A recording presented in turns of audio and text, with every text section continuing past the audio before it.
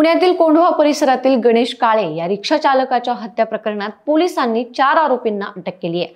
आंदेकर कोमकर टोळी युद्धातून गणेश काळेची हत्या झाली।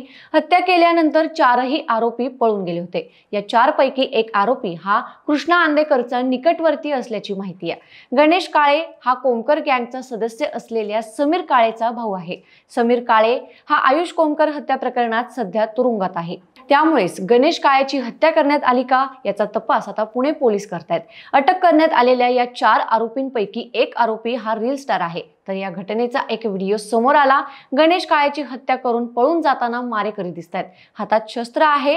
ही घटना एका सीसीटीव्ही मध्ये कैद झाली। पोलिसांनी पेट्रोल पंप व परिसरातील सीसीटीव्ही फुटेज देखील ताब्यात घेतले। आंदेकरच्या हत्येचा बदला म्हणून ही हत्या करण्यात आली असं म्हटलं जातंय। आता गणेश काळेच्या हत्येने आंदेकर आणि कोमकर टोळी युद्धाची पुन्हा एकदा चर्चा सुरू झाली।